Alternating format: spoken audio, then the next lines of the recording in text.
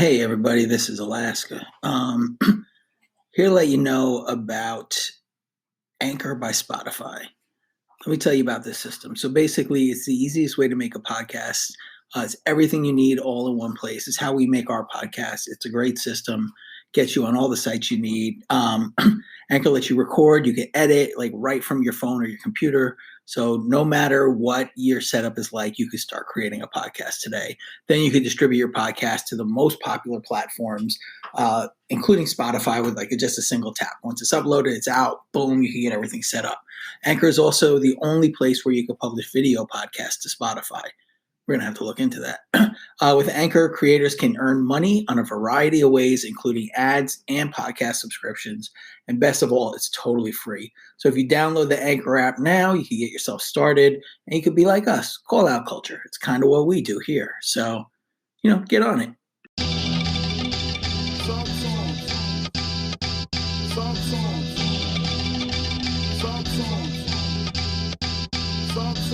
Welcome to Call Out Culture Podcast with Alaska, Curly Castro, and Zilla Rock. Ladies and gentlemen, boys and girls of all ages, call out cultists around the globe. We are back again, bringing you the type of in-depth analysis that only three true men of leisure could bring to you. This week, on the heels of the Marcus Garvey Did Not Ask for This Black Star album episode with Cinema on the Side, we are going to dive into the television show Atlanta and all things canon in the Atlanta universe. But before we get started, allow me to introduce my co-hosts. Alphabetical order. I am here with my friend Curly Castro. What up?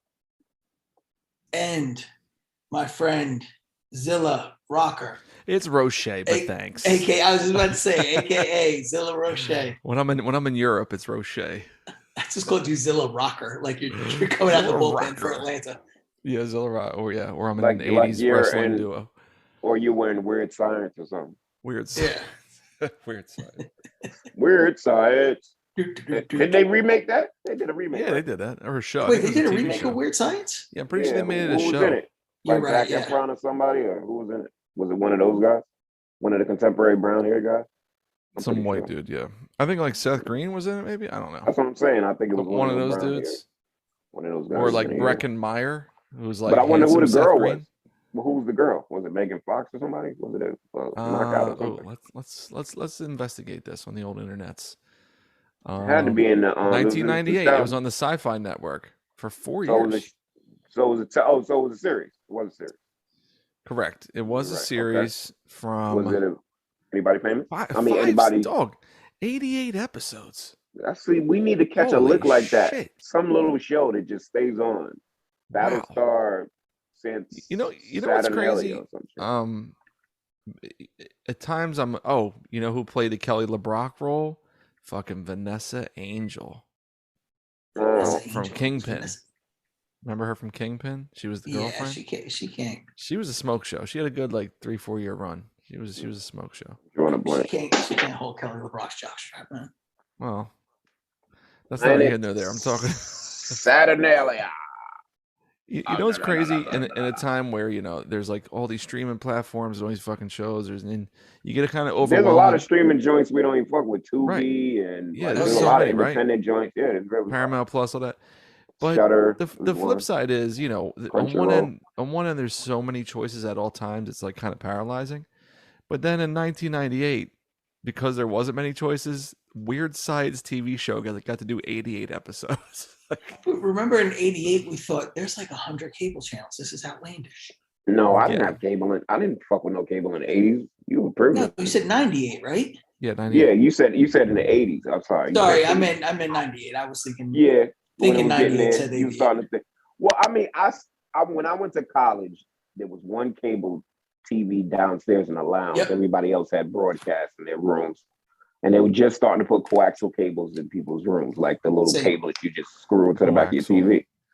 You could still use your antenna. It was still an analog signal when I was in school, but it was still just the basic, broadcast channels.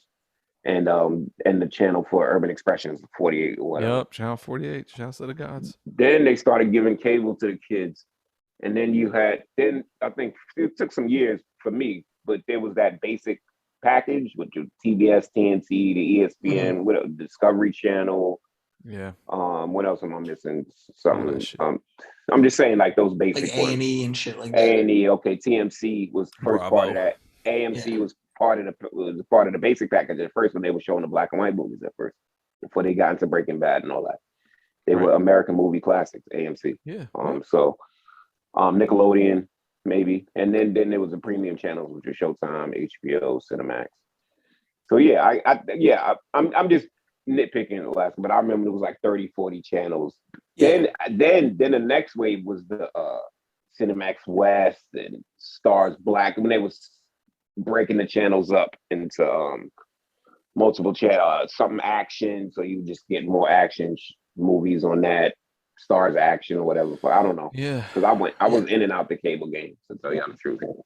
I'd have it, then I wouldn't have it, then I'd have it, then I wouldn't have it. And that's why I was he didn't know me back then, but I was so big into videos in college and then DVDs later. Like I just always had a good collection of movies and series because I was always in and out of the television game. I wouldn't always have it. So I would always have those things to supplement. Yeah. And then you get to a certain age, you want to own some of those shows. Like you don't realize that you haven't watched it since it broadcast, when we were into broadcasting. Yeah. Time viewing and shit. Yeah. Whoever sat there was like, I haven't watched it in a while. I'm glad I bought the box set, the Weird Science TV show. I gotta run that one up. Cancel my plans tonight. Watch Weird Science. But we're not talking about Weird Science. We're talking about a show that matters. Atlanta. My Atlanta. One of the powerhouse broadcast series on television today. Yes.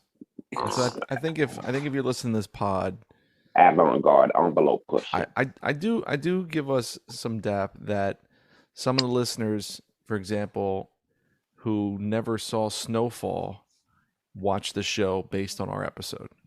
Recapping. I appreciate that they go and take our suggestions. Yeah. And then some people don't even watch Better Call Saul, but enjoy Alaska destroying it every week. And he's been quiet the last couple weeks because the finale was off the fucking chain. Yeah, that's why. Was terrible. I just watched it last night. You're an insane. It was horrible. You are insane. Now you're really psychopath. Brain it was a dude sitting in the sewer watching people across the street for like 45 minutes in the episode. Oh my god! Would you stop yourself? You waited five episodes, 5 seasons, 7 episodes to have one moment of action that you're like, oh, and now you're like, it's off the charts. No, I said it would the have been finale. a mid-episode of Breaking Bad. I said the finale was the off setup and the way everything fell into place. And come on, stop. I agree. The couple episodes before that were it was a slog. We are fans, so we are always. This is the nature of the show. We watch a little scheme, we figure it out later.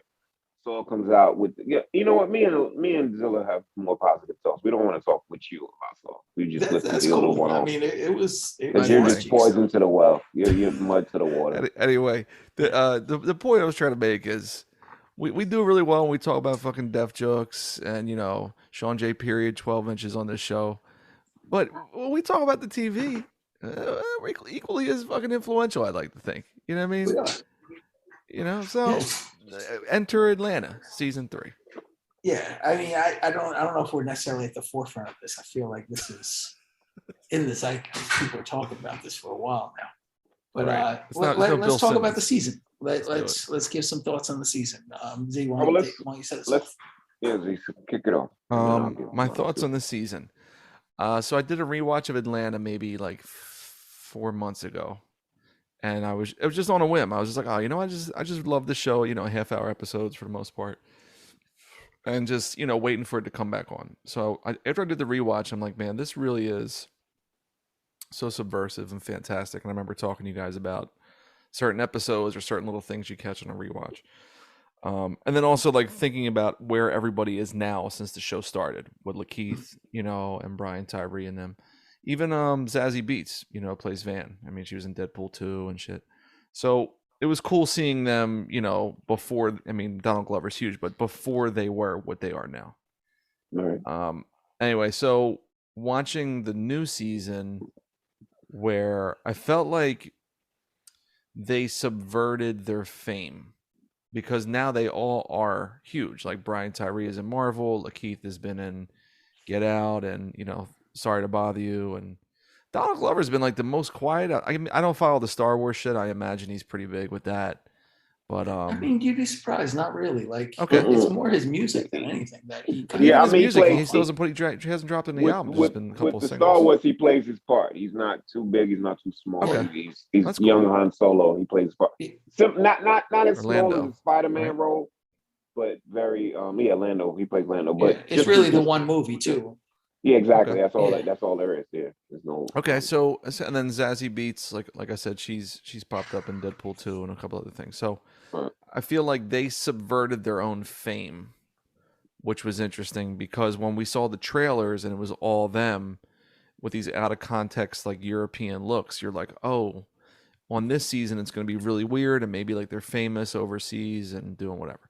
So this season I was a little miffed that we didn't get to hang out with these characters and actors that we've grown to love and really admire.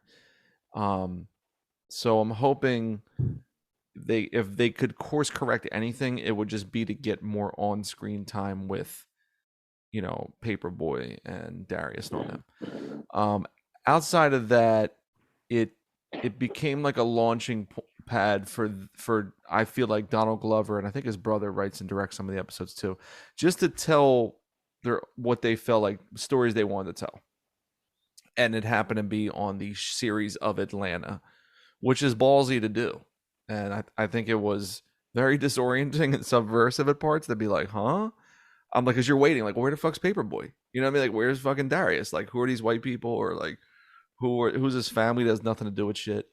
And so I think as the season went on, as you were being reprogrammed of what to understand and expect, I feel like if I rewatch season 3, maybe a year from now, I'll already know what to think and to anticipate, and then just enjoy it as like really interesting, funny, weird stories versus like the Van episode, the Darius episode, the Earn you know, like not so much them on their come up and struggle. So that was like I think a year or two from now when you go back, you'll be like, oh shit, kind of having a language to comprehend it. That's what I'm trying to say.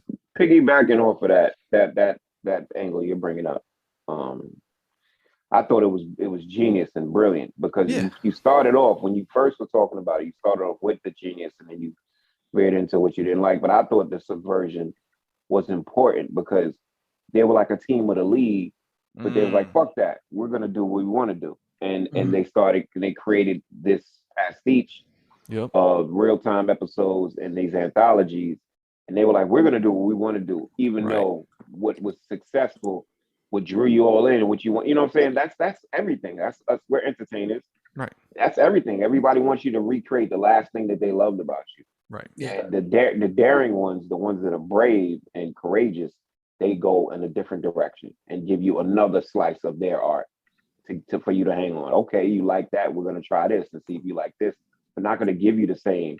And if you look at, and I think when you look at Atlanta as a whole, all 3 seasons, you'll notice they never gave us the same. There were episodes that were elements of these anthology episodes. It was just Darius and then we're in them. But there were certain episodes like the Van School episode. He was the only one in there. You know what I'm saying? The BAN episode with all the commercials. Like there was evidence that they were going to try something like this. But they went full bore, I think, this season. Well, you know what it reminds me of as you're saying that? It put a light bulb on in my head. Season 2 of The Wire. Okay, right. When you put on season 2, you're like, where's Stringer? Where's Avon? Where's McNulty? I want to see Omar more. There's a little bit of Omar, not enough. Like, where's what's Bunk? going on? Right. Who are all these new people? Who's Ziggy? You know, who's fucking Frank Sabaka? Who cares about this guy? And also, I thought that Atlanta this season was retraining viewers how to watch serialized television. Because when we were coming up, I brought up, me and Zil was talking about the other day, I brought a family, man. These episodes were about whatever.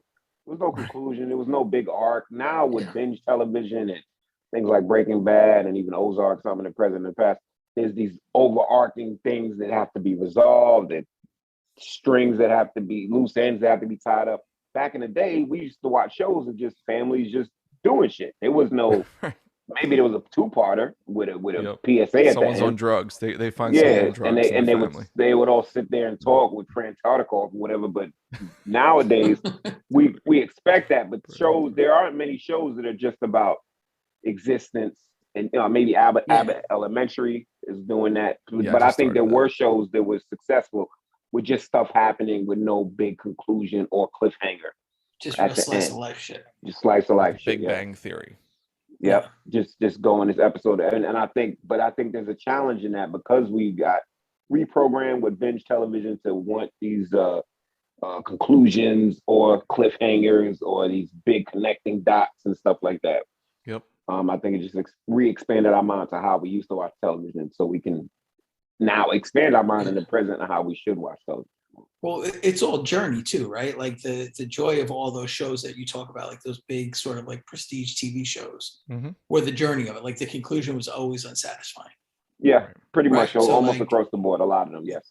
This is all about like just go for the journey and enjoy the journey. Like you don't know where this shit's like. Even within an episode, you have no idea where the fucking episode's going. Like I think the series finale won't be some big thing where they bring back other characters. You know what I'm saying? Some big. It might just be an episode. You know what I'm saying? And then it just goes off. Some of my favorite moments in the season were just like little like bit pieces, like in the finale, where there's like a line where the two girls that are like the sidekick of her friend. Oh, they're great. Yes, they were amazing. But one of them's like, she's still got the bread. Yeah, and the other one's like, I'm kind of fucking with it now. Yeah, it's like that. It's like that was that shit to the bread. You halfway through the episode, they start coming to grips with that. I'm fucking with it. Like at first, she's like, "Hey, you supposed to be pissing on a motherfucker right now?" Yeah, all those little lines. The writing was pristine because the research. For one, the Sweet TNT, the Trinity episode, I've talked to a lot of my friends, and I'm West Indian, as everybody knows. There was a lot of research that goes into there. Are you sure? Shut up. And there was a lot of research that went into making that right, rather than just Malik Yoba with a fake ass accent on New York on the cover. You know what I'm saying? Like that West Indian, that's what they used to give you a look, or maybe Shabba Ranks can feature. And then once he's gone, call it a day. But I appreciated that. The attention to detail this season was pretty intense. In a great way. But I agree. Yeah. Did I not talk about how I felt about the season, or you haven't? No, you didn't really talk about how you felt about it. Yeah. Okay, so I just want to give like a vague one. I don't want to get detailed. I like what you did, Z. Okay. So pretty much same difference where there was this big lull waiting on the season. So the anticipation is building. And there was no hints. Sometimes there's like Marvel set pieces, leaks and stuff. We get like pictures and stuff. And sometimes that mutes the anticipation because you kind of know some things is going on. They really kept it tight. We didn't know what was going on. And then also what I really appreciated about the season when it started getting going was the unique backdrops. They were in Europe. They weren't home at all. Yeah. You know what I'm saying? Right. So it was always something different to me, just the set pieces and how things looked or whatever, especially like the scene where she was pissing on dude and the Eiffel Tower was out the window. Like that was cinema verite, you know what I'm saying? Yeah. But and so I really enjoyed this season. I thought this was brilliant. I think I'm gonna revisit this season. This is my favorite season. I think I will revisit these episodes a little more than other ones. Like I'll watch these multiple times. And the themes of this season were very bombastic in the sense that like there in your face, you couldn't avoid them. And when 3D, this was the season of discomfort. This was the season of disorientation. And the best way, and this is the season of looking at yourself. White people in particular, and Black people secondarily. Like you're gonna look at yourself. And as uncomfortable as you might want to look away, you might want to cover your eyes. No, you're gonna go through it and you're gonna experience it. And I think that's some of the race relations things that we have to deal with as people anyway. Some things are very uncomfortable, some things that you have to deal with. You have to have these conversations. You have to bring these things up to yourself and your folks. And it's going to be uncomfortable. And it's going to be a lot of discomfort. And I think this season's bracing people to try to do that in their real lives. Yeah. I I couldn't agree more. I think this is my favorite season as well. I think like they're masters at this now. Oh yeah. Right. It's like they know exactly what they're doing, what they want to do, how they want to get it across, and they do it with ease. Like you don't see any of the strings, you don't see any of the seams. It's just like it's pure beauty. And like just even like thinking back, like I totally forgot that the season started with the 3 slaps episode. Mm-hmm. I thought it started with the Sinterklaas episode. And then like thinking back to that, like, you know, the 3 slaps episode just like was one of those that just leaves your jaw on the floor. Right. And like fucks with you for the whole week. Right. You're thinking about that whole shit the whole week. But then they come back with the Sinterklaas episode. And again, some, you know, shit that like, you're like, wow, shit's fucked up. But you're also like back with your crew. Like you just realize like how much you love hanging out with Darius. Like and Van, you know what I mean? Like just how much you love being around these people. Right. And that shit is just like, you know, then you get back-to-back episodes of that. Right. Because you have the shit with like the one where they like go to like that spot in the middle, like it looks like you're going into like some fucking meth house and it's like a millionaire's house. Yeah. And it's just like every episode keeps snowballing, and it was just great. Like the whole way through, I don't think there was a misstep in the whole season. No, me neither. Let's go through the episodes. That's a good point. All right, so ask about no missteps, no filler. Right. No, there is none. So the 3 slaps. Ready? So the 3 slaps. Yes. Okay. Yeah. So Castro hit me after an episode aired. I didn't know this was based on a real story with the kid with the hat and the crazy fucking white chicks. Yeah. Yep. I didn't know that was real. I thought it was like everything about it was like a weird moment. Even when he's like standing at the farmer's market and he decided said free hugs. It's like, oh, is that your dad? That's your dad. Free hugs. So let me read the synopsis. So 3 slaps, episode 1. Wow, it's been a minute. I mean, I like this episode about the troubled kid, but we waited 50 years for this. Yes. And these synopses that they were doing were hilarious. Like this one was great. And so this episode was about that real life incident with that young adopted boy and how his foster parents drove him and his other adopted siblings off a cliff, off a ravine in real life. And in this one, he was being bucked with his mom or something was happening. With the spaghetti, dude. Yeah, and she said, that's it. And she sent them to go up, like into this foster care situation, and these white women scooped them up, these 2 lesbian women. Wait, on the episode or in real life? In the episode. In real life. The episode, it's someone called Child Protective Services on her. Right. Yeah. But the foster parents scooped them up, these 2 lesbians. Yep. You know. And hilarity ensues. They don't know how to season chicken. They kill the social worker. Wait. They don't even cook chicken. That shit is frozen from a bag. And then there was a point that where they were microwaving. This is the most disturbing point in the episode to me was they were microwaving for 12 minutes and then they course corrected and said, oh no, let's put it in there for 8 minutes. I'm like, you put it in there for less? For one drumstick. What's going on? For one drumstick. Another hilarious scene was the kids talking to each other but not saying a word, but it was like full paragraphs of just like eyes with their eyes. They was like, yeah, they're gonna kill. And then the one kid was like, freedom, sweet freedom. Oh my god. Oh my goodness. Anyway, the kid reverses the course and makes them kill themselves and drives themselves off and saves the rest of them. But I think Z, that's the point. The way you encountered the episode by watching it, having a jaw open, like, oh my goodness, what's going on? Where's the crew? And then realizing it was a real story. I think they wanted some people to open up the book that way, to watch it. That not again the season of disorientation. Again, what to tell the audience, listeners, to me, this season was white privilege, the nightmare. Yes. In the sense that it was being presented to us in a nightmarish scenario, but not really like a real life scenario, but the nightmares applied. Yeah. And so as you watch the season, these things come about, and some of them could be real, some of them could not, but it's always in these nightmare scenarios. But the life that people outside of the white privilege live is a nightmare in a lot of these instances. So it's just like that's where the mirror is being reflected back. And that's where a lot of the genius of this season is. But it's pretty much white privilege, a nightmare. And so this episode, you're getting a taste of that. These foster parents thinking they can do, anything, this, that, and the third, and sacrifice their children. And something like that really happens. It makes you take a step back because you're like, oh shoot, this really happened. But this seems so ridiculous that it fits a sitcom. Yeah. You know what I'm saying? You know what's crazy? I'm reading about the actual case. Yep. So there was 6 kids in the real GMC Yukon, but one of the kids still hasn't been found. Yeah, they can't find the body of the one hooks kid. on. Yep. Yeah.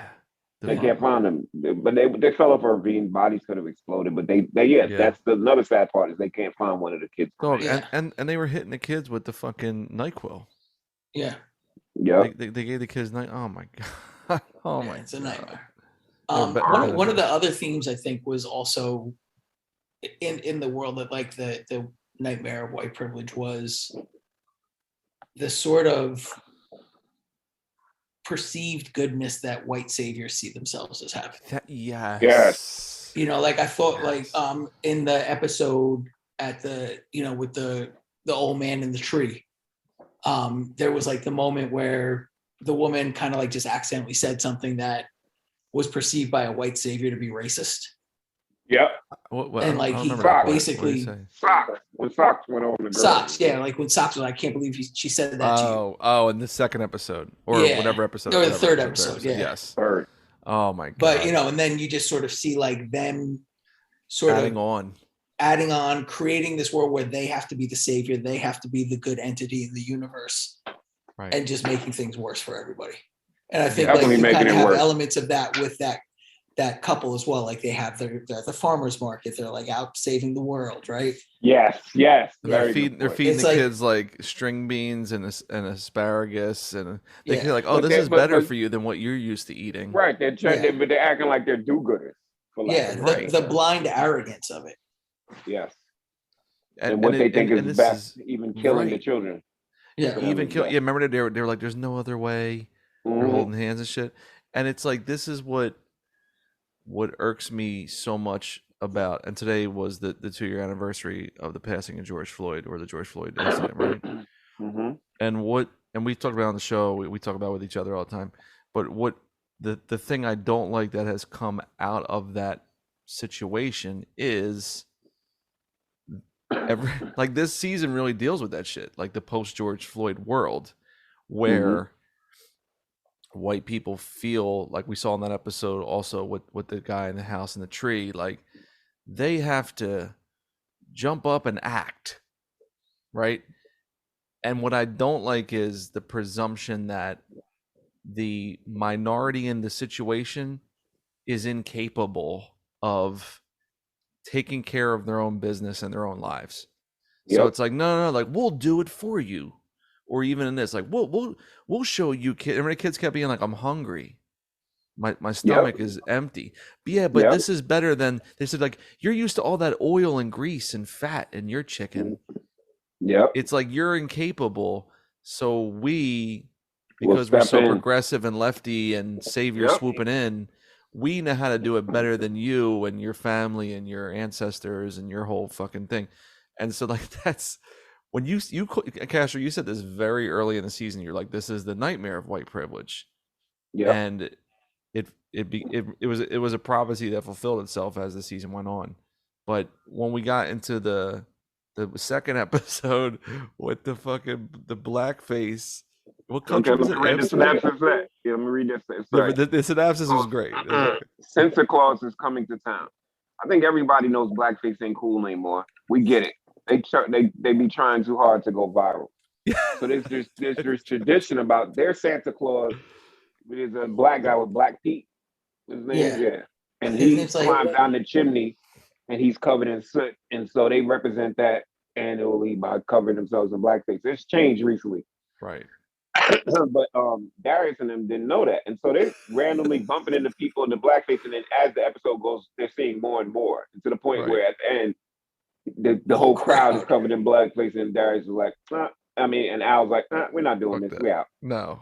And so let me get both of your opinions on the promoter that beat the shit out of a white dude in blackface, pretended he was Ern. Deflection. Purpose. Deflection. Yeah, on purpose. He's like, why would you do this to me, Ern? He was at him on the floor. But that was very symbolic of what some white people probably do. Remember the Liam Neeson incident where he wanted to beat a black person by proxy to represent the black person that hurt his friend or whatever like that. Well, they touch into that later in the season. They do touch that later. So it's like this is genius. But that incident with the white promoter beating up the blackface kid is what Liam Neeson wanted to do. And again, but it's deflection. But it's like but again, it's the discomfort of confronting Earn and dealing with it and speaking to him mano a mano about how he felt. He's gonna go beat up some random guy and deal with it that way. I remember Earn kept being like, "You'll make your money back. It's all covered under insurance because Al's sick." But the guy he thought he was being humiliated. He gave him the 20 grand on the slide. He's ripping and running around. This, you know what it was? I mean, we're inflecting story into him, but like this is probably one of his big shows, his big promoted chance. Yep. And there's no act, no performer at all. Yeah, there's a crowd full of blackface Santa Claus, Black Pete's. How amazing was the prison scene at the beginning of that? Dude, when the guy's like, because he had to get the 20 grand to get out of prison. No, he didn't need the 20 grand to get out of prison. He didn't need the 20 grand to get out of prison. I thought he needed it to bail him out. He first of all, jail was so comfortable. That was the other part. He was taking the 20 grand to throw at the fans when he got outside. Right. Yes, he asked for 40. He asked for 40. 20 was to get him out, and 20 was to throw in the sky. But yeah, some of the money was to throw in the sky. The fans waiting outside, and he was like, "I'm gonna go take a nap. Wake me up with." I remember the guard's like, "Oh, okay, like, well, like, you tell him when." He's like, "Oh, how about an hour?" He's like, "Okay, yeah, sure, no problem." He's making a meal order and all that. That shit was funny and crazy. Yeah. So like again, but that's true. Those jails are a little more lax. Whole different world. They accommodate the prisoners in a certain way and get them in and out. It's hilarious. Whole different world, Alaska. Like you said, I haven't been, but I can't wait. Just one more thing I want to touch on. I think it was that episode. That was the one where Van and Darius go off on their own mission, right? Yeah, the two. And they sort of fall into that like cult, following the cult around. So they think they're going to, and what I thought a photo shoot, like a suicide. Once they realized what it was, it seemed like it was a suicide assistance and some cavorking type where there'll be some fluids injected into the person, or he was close to death. Because even when she inferred he could hear you, we're thinking he's really sick and he's going to go any minute or whatever like that. Yeah. And that wasn't the case as to how he eventually went, which was very surprising with the suffocation. Yeah. Oh my God. And that sound went off, all of a sudden. Yeah, it was like, what? And the camera went back to a wider angle, and then you started seeing the full bed with the contraption attached to it. Yeah. And you're like, what the hell is going on? I was like stuck. I was really stuck. That's stuck. The wildest shit to me in that whole thing was when they started having Tupac Hail Mary playing. Yeah, Hail Mary started playing. And then they hit the chime. They hit the chime. Oh, now, I think it was a soundtrack, but the chime was lining up with the songs in Hail Mary. But that still was like, to any hip hop fan, we're sitting there like, can't believe it. Don't forget that the guy resembled Tupac. Yeah, that was with the nose ring too. Yeah, I mean that had me on the floor. I was just like, I can't believe that was a big moment of hilarity. Yeah, that was wild. And all right, the next episode is the old man in the tree. This was one of my favorites. This one was cool.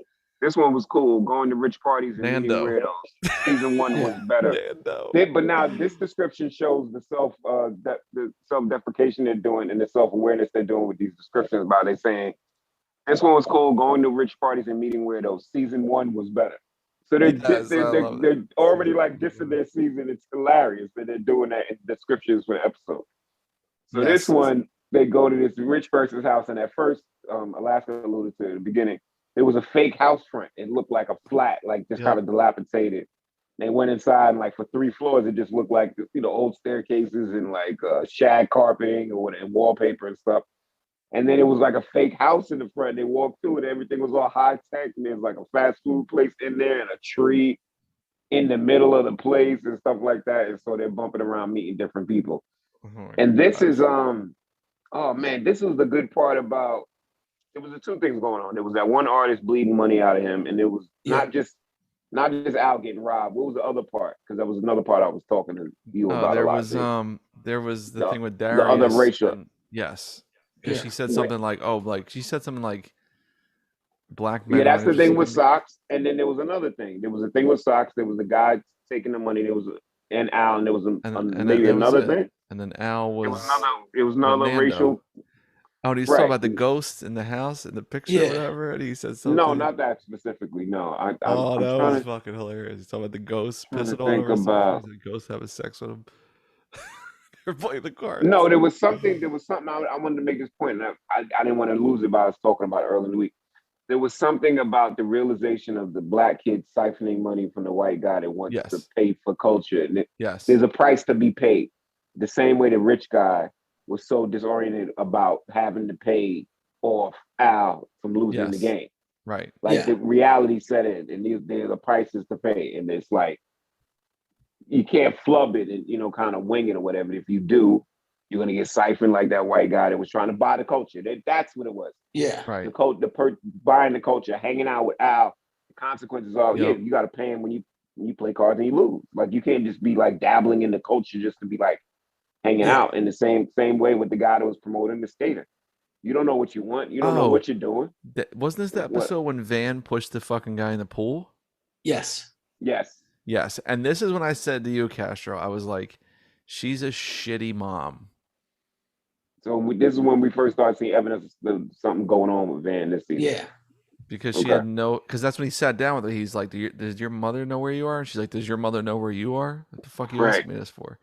And so at the time when it aired, I said to you, she's fucked up. I said, because she's never mentioning anything. And I said to you, I was like, when you have a really, really young child and like, season 1, when it's a mess with her and Ern and he doesn't have a job, he's got like $2 in his account and she's teaching and the parents, but they're hooking up with other people, but they're hooking up with each other. Like now that Lottie's seemingly 6, 7, 8 years old, potentially, I don't know what the time jump is, but you know, Paperboy's taking off. So like they don't have, their money's good. She doesn't have a job and she's just doing whatever the fuck she wants without a care in the world. That's where, and I thought it was just because when she counted with what is Ern doing, Ern's running out there, sowing his oats, and she had just lost that job interview in the beginning of the season. They had mentioned that she didn't get it. Yeah. So like I said, so she was just like, but she had, she was just like on her own little place doing whatever. Remember I said to you, I'm like, they're there to work. Like they're there for a run and then they're going to go home. She's just there. Right. Just not doing shit. You know what I mean? Which is cool. But when you have a kid, like you can't just be gone for like 2-3 months doing nothing. Like, unless someone's home, like she doesn't have a reason to be without Lottie, which, rears its head at the end. But anyway, that was the first episode where I was like, dude, she's fucked up. Like something's wrong with her and being a mom.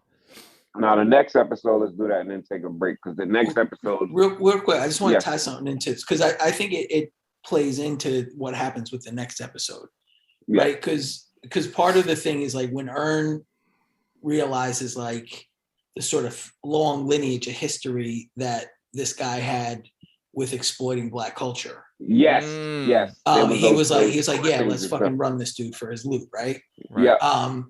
So I think in a lot of ways, like there's an overcompensation on the guy trying to like basically like buy off people. For like the sins of the past. Right. And then the next episode is actually like legitimately addressing that fully. Paying back for the sins of the past. Yeah. The next great point, Alexa. The next episode is the first of the anthology episodes, the one-offs that threw the audience for a loop. Like, what is going on? One, there's no main cast are not in these episodes. No. And two, mainly these have to deal with white people and the nightmare of white privilege, like I stated before. First one is the big payback. I was legit scared watching this. Yes. And what ended up happening is reparations through a lawsuit, whereas it's beautiful but ugly head. And white people are being sued for money owed through their history of their ancestors owning slaves. Right. And we're seeing it through the eyes of one regular guy whose life is being taken over by this Black woman and her family. Oh my God. By showing up at his crib, camping out, coming to his job, making his life miserable. And he's just overwhelmed, and he is definitely a fish out of water. He doesn't know up from down, and we're watching him spiral downwards to the point where his wife, one of the funny parts was like, she doesn't want to have anything to do with him because it'll affect her finances. And he's like, and she's like, she's like, I'm Persian. He's like, you were white. She said I'm Peruvian. A Peruvian. He's like, you were white Yesterday last you were white. week. Yes. Yeah. That was People picking sides, and it was very hilarious. The picking sides to me part was the funniest part, but the most realistic. How people were picking sides when it came to him, and they didn't want to have nothing to do with him. What's you up? know what I just realized? The dude who was the main guy, he was the fucking the groom in Hangover. I didn't watch Hangover.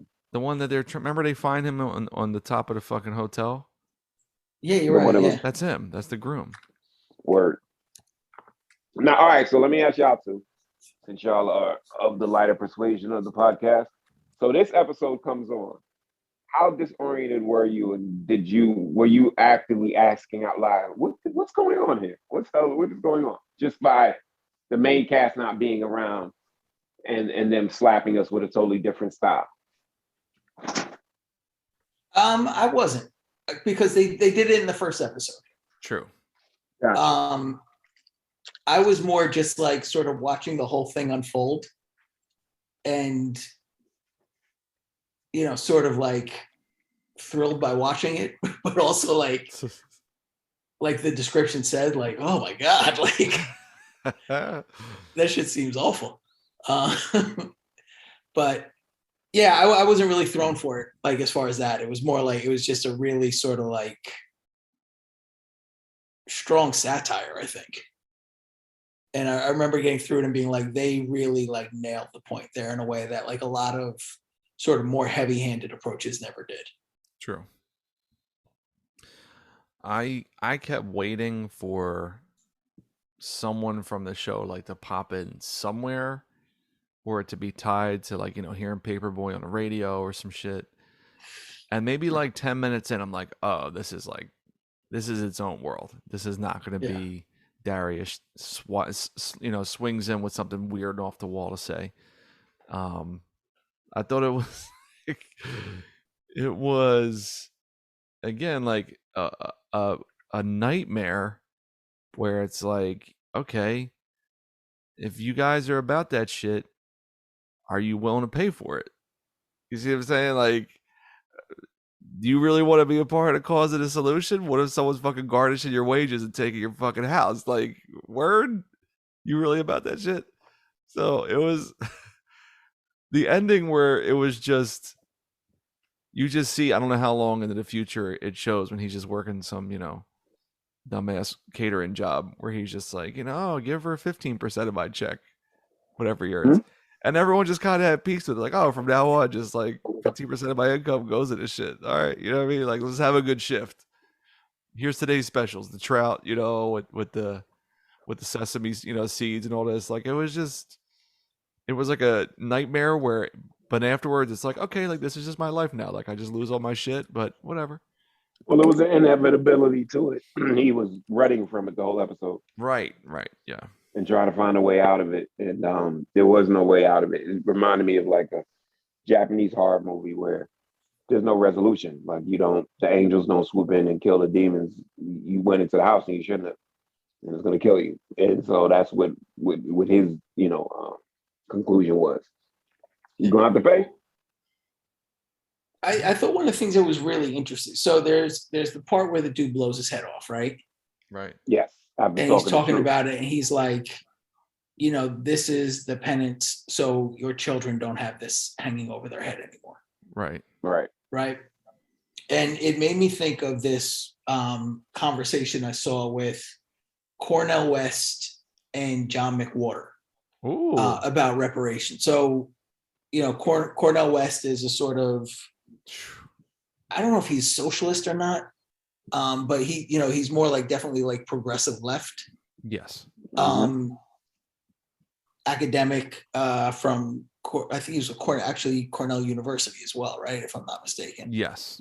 And John McWhorter is a sort of like more Columbia? Like centrist linguistics professor from Columbia. Yeah. Correct. So he's brilliant. They were having a big conversation on reparations, and it was like, they came to this point where they sort of had different views on how it should be done. Mhm. But the end of the conversations was like, it's about making everything whole again. Right. Right. It's not about like assigning blame or like, trying to punish somebody. It's about making everything whole so that we could start addressing the sins of the past and move past that as a society. And I think that that's really like where that episode ended. And I actually thought like, it seemed like it was, I don't imagine that it would actually play out like this in real life if it was done the way it was in the episode, because you see how people react to the slightest thing now. But I think it would sort of like, like to me, like that was like showing of like, we're moving towards a wholeness as a nation, as opposed to when you have a caste system as a nation that's been there for when you have generations. when you have a general consensus, then things apply. We got used to. I was talking to somebody today about what they need to do about this gun situation, and I was talking to my girl actually, and we got to the point where it's like after 9/11, those rules changed the next day. The next day, you couldn't bring liquid on the plane. The next day, they were checking your boots. So if you really want to, and it's universal consensus, we all believe what the dollar stands for. It stands for $1 4 quarters. We didn't believe it wouldn't work. But the way you can apply things universally, and that's also our issue. Like sometimes universality is not American. I want to do what I want to do. You can't tell me what to do. Even if I'm 1 out of 100, I can do what I want to do. Right. But to what Alaska's point is, once everybody settled and got used to it, at the end of the episode, it became a normality. Take 15%, and there was there was no blowback. There was no confrontations in parking lots and Terminator scenes where the son was chasing his car and stuff like that. It just becomes a normality. Like I said, after 9/11, it became normal for the TSA to be all up in our asshole. If anybody remembers, anybody flew in the 80s, my mother could walk me right up to the gate. Oh, You were allowed to travel with a gun. Yeah. You used to be allowed to drive to the plane. That's crazy. You used to be able to smoke in a plane in the air. You used to be able to buy a ticket on the plane. You used to be able to buy. You used to 20 minutes for that plane. You could just pull up and hot. Now it's 2 hours. Or you could miss your flight and catch the next one. Yeah. No problem. No problems. No, and that was my whole thing was just like, even during COVID with masks and all that, I would always be like, well, why the fuck do you take your belt and shoes off at the fucking airport if it's all about your personal liberty? Yeah. Well, shut the fuck because up. it's the false arguments that we have, right? Right. Like what with this shooting that happened yesterday, right? Like we're seeing everything everybody was saying yesterday, we're just going to fall into the same bullshit we fall into. Right. Yeah. Today we're there, right? Because these things are so horrific. It's easier for us to yell at each other than actually wrap our minds around what's happening. Man, I've heard the two words mental health 1,000 times today. Yeah. That's all Republicans, all they want to talk about is. And you know what? Mental health. They're right, just as Democrats are right about there being an issue with guns. Sure. Right? They're both things. Like you don't walk up into that spot and shoot up 18 children if you don't have mental health issues. But 100%. But if you go into sessions, you might skip session 8 to go shoot up a place. I'm not saying that's not. Oh, sure. No, I'm saying yeah.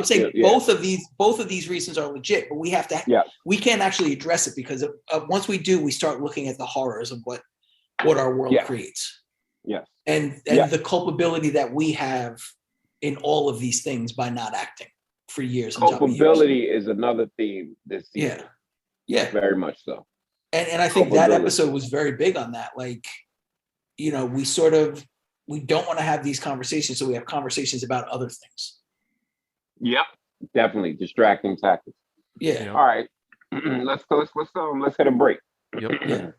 And we'll be back. Yeah. Boom. Call out culture, Atlanta rap. Germicide and The Expert present their new psychedelic hip hop album, The Overview Effect. Think Marvin Gaye meets Edon. If you like tripped out sounds, sinister strings, fuzz guitars, and heavy drums with social content, then this album is for you. Featuring the new singles For the Money, Black Tears, and A Little Love. Guest appearances on the album come from Stick Figure, Farrah Ale, and Tanya Morgan. Available on vinyl and all digital platforms with a special Bandcamp exclusive vinyl that comes with liner notes, a custom art print, plus the album instrumentals. Visit theexpert.bandcamp.com now. All right, let's start ripping back, through these. back. All right. Where are we on? We are on to episode 5, Cancer Attack. Oh, Cancer Attack. Sometimes shows just be over my head acting fake deep. Where's the poop jokes? exactly. Where's the poop joke, Castro? So this Not in your episode house. was about Al loses his phone. And we come to find out it's pretty important. And it was relatable to us being MCs because he had just started writing a song. And the first line was, sorry, I hit the wrong button. My apologies again. no problem. And so what ended up happening is Al lost his phone this episode, and there was some relatability from us being MCs. Is Al started writing a song, and one line was in the phone. He didn't remember the song, and he needed the phone to catch up and keep writing the song and catch the rhythm. And we all can relate to that, like something we start and we have to find it. And sometimes you'll write something, you'll lose a rhythm, and there's a lot of things that goes on with that. So it was very relatable. The whole episode is like a whirlwind. They bring back this nephew worker. They question him. It's all weird and stuff. But pretty much, it concluded with their road manager at that point in the show, the cat named Socks, who was with them for a couple episodes. Yeah, he stole the phone for no damn reason. And I explained this to Zilla. I don't know if you know this one, Alaska. Pretty much, it was evidence of I know white folks like that. Chaos because there was none, and just because they could, and because their privilege allows nobody to look in their direction, ask them, did they do it, why they did it, who they did it with, or when they're going to do it again. And there was no rhyme or reason and explanation. And at the end of the episode, you see Socks pull the phone out of his pocket and just toss it in the garbage because he just wants to create chaos. Yep. Just a harbinger. And I know a lot of cats like that, and a lot of that is fueled by the privilege. It's nightmare with the privilege and the way it's being shown in this series. Mm-hmm. The nightmare angle of it. But Socks is the one that caused the chaos in the Old Man in the Tree episode too. Yep. I heard her say all lives matter. Yeah. Yep. Elevating with the girl and taking it up notches and notches and notches. And so he was just a troublemaker because there was no trouble. There was no trouble. You know why? Because he had a fucked up ass hairline. He did. And also, we had also said that he didn't feel totally included. If you watch things, they were kind of like keeping him kind of arm's distance. Yep. Laughing at him a bit. They didn't want to go back to the club with them because they must have took them somewhere and they didn't have that good a time. And he took them to the strip club. They were making fun of the strip clubs and shit. Yeah. So there was a lot of that going on. So not that he deserved, but again, that chaotic element. You know what it reminded me of? Like Mr. Mixoplick with Superman. Yeah. Or what was the character in the Flintstones, the only friend in Barney? Gazoo. Great Gazoo. Yeah. So these people would claiming these agents of chaos, these almost demon spirits. Not demons, mischief spirits like Loki, gods of mischief. They come in. If anybody's familiar with Star Trek, there's a character named Q that just pops in and just makes Picard's life hell. Just because he's all powerful. He just wants to see humans dance like marionettes and see them react to certain situations. And that's what these chaos agents do. There's no reason. They just, when they want to play, this is how they have fun. And it's sad and it's a shame to see that Socks turned out to be like that. Because you at first you had no idea. The show doesn't show. It doesn't really give you any hints. If you go back and watch it again, there's really no Easter eggs or anything to allude to it. But when you see that he does it, to me, it fit right in place and made a lot of sense. Oh yeah, as soon as I realized it was him, I was like, the thing I pointed out to Castro was after doing a rewatch, dude from season 2, Tracy, with the fucking waves, who was stealing the shoes and beat the shit out of Ern on the side of the road. Yep. That sock shit ain't going down if Tracy's. You need Tracy for that situation. It was going down this season would not have gone down if Tracy was there. His awareness like of he was how a he mess. Would have been. Like he fucked up that college show.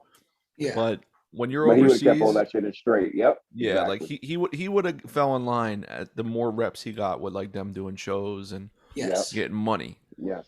But not having him let them be exploited by fucking Socks. No. All right. That's right. Anything else on this episode? Just a couple quick things in this episode for me, anyway. That I thought the kid that played Wiley was amazing. Mm-hmm. Like, just like his whole thing was His sorry, my existentialness TV just turned on. of him being there and not being there, like he was present, but he was also aloof Yeah. at the same time. But like his Yeah. performance was fucking wild. Yes. And, like the song he sang was like beautiful. He's like out of nowhere too. He's like, what is Yeah. going on? Yes. And then it had two of my favorite lines in the whole season. Because Darius wanted to find the ghost, right? Yep. Yeah. So he's also the one that told Al not to back up his phone because the NSA was watching or something. So Al calls him Conspiracy Jones. Yeah. Yeah. But then they like go to play good cop, bad cop. Yeah. Yeah. And they're like, you're good cop, bad cop. And Darius is like, says, devastated cop. Other thing about this season that was a little disheartening is Darius didn't get to do any adventure this season. Yeah. We had the Dudley, we had the Teddy Perkins last season, and in season 1 we had the samurai sword thing with the dogs and stuff. So that's one thing that we didn't get fulfilled was Darius usually goes on one adventure. Because I don't count the Santa Claus one as an adventure. I feel like Van was kind of leading that wayward ship. But yes, I'm with you on that, Alaska. That was just, cop. I loved it. That was perfect. It like warmed my heart. That was perfect. Perfect. Sorry. All right. So, all right, next episode. This was, Jesus, every episode's so good. Like, I just want to be like, this is my favorite episode. White fashion, which I first missed out on what was going on, but I caught up on a little later. And it's, I've definitely seen this before on a better show. They've always stealing ideas, but the fashion industry got to be exposed. Hashtag streetwear. And what they did was this fashion company created this jacket and it said Central Park on it and had 5 as the company is called Central Park, right? Right. And then it was a 5th anniversary. Celebrating their 5th anniversary. And it was Central Park 5, which alludes to the Central Park exonerated is what I call them because they were exonerated. And the 5 young men that were railroaded with wilding conspiracies in the 80s. Alaska, let me ask you about that. You were a little older than me. When you saw that, I'm gonna tell you what happened to me. I read it, I saw it on the paper, and I was like, "What is that?" And I remember what is that in the sense that I don't know that slang. None of my friends ever said that. I remember nobody had ever said that term. The term was wilding, and it was plastered on the front of all the newspapers. This incident of these young black and brown boys, maybe a little couple of white kids roaming the streets late at night, especially around parks, and accosting and beating up citizens randomly. And they were creating this term wilding, which was totally created by the media and the newspaper. Yeah, the media. It was a very horrible time in New York. And I remember looking at it and going through my database and realizing, I don't know that slang. I've never heard that slang. And I was a city kid. And I was like, this seems manufactured because I've never heard any of my friends say this, any of my older kids on the block say it. This doesn't seem real. I don't know what they're talking about. What did you think about that incident when it came about? I mean, when the incident came about, like, what I really learned about it was like when the kids admitted to it. Okay. So I was like, oh, it's fucked up. Like, it's fucked up. Those kids did that. Because I didn't, I was young. Like, so I didn't know anything about police getting false confessions. Yeah, you didn't know cops coerce kids. Yeah, I didn't know any of that stuff. There was no way to know that, Yeah, so I was just like, oh, that's fucked up. But, obviously as you get older and you just learn more and more about it, you're like, oh, that's actually really fucked up. Because it's like the state basically. I remember when I realized that the kids were talking to the cops without their parents present. Yeah. I was young and I was like, that's wrong. Even though as minuscule as I know about the law, I was like, something's wrong there. I don't know if that's right. Yeah. So anyway, that incident inspired this episode where this company put out this clothing line calling it the Central Park 5. It was very racially insensitive. And what they did was they hire a lot of black and brown influencers to apologize for them to show unity with the black community. Much like we see these days when certain things happen, there's a black square that all these companies put up. Zilla, can you talk about your opinions about when companies jump into racial politics? I think like it's Adidas fucking or hilarious. fucking Black and Decker or whatever. Like, what do you think? It's like Doritos stands for equality, and it's like I just want to eat some fucking chips, bro. I don't give a fuck. Like, I just want the cool ranch. I don't need to know like you have like a pride symbol and then you have like a black fist. Like And they put out it's these generic statements that yeah, all of them it just gets like grab some on. like horror co-op nonsense where it's like remember like that one Pepsi commercial they fucking yanked it where like Kendall Jenner it was like there was like a protest She and she stopped like a riot with a yeah Pepsi like she can. drinking Pepsi. It's just like that shit's been happening since the beginning of time. But on one hand, it's like there are people that work at these companies that are like kind of sitting there waiting, being like, "Yo, what the fuck is my CEO going to say Right. about these things?" And I worked at companies where our CEOs responded. I get it.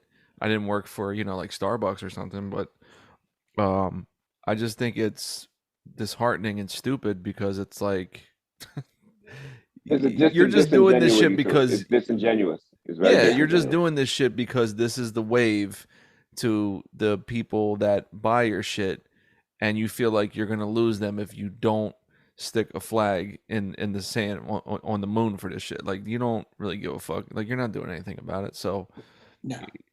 I mean, it's just like, do I need to know Carl's Jr. stands in fucking solidarity Right. with the, you know what I mean? Like, get the fuck out of here. With the Vietnam refugees. So Yeah. the genius about this episode was, and we all saw it.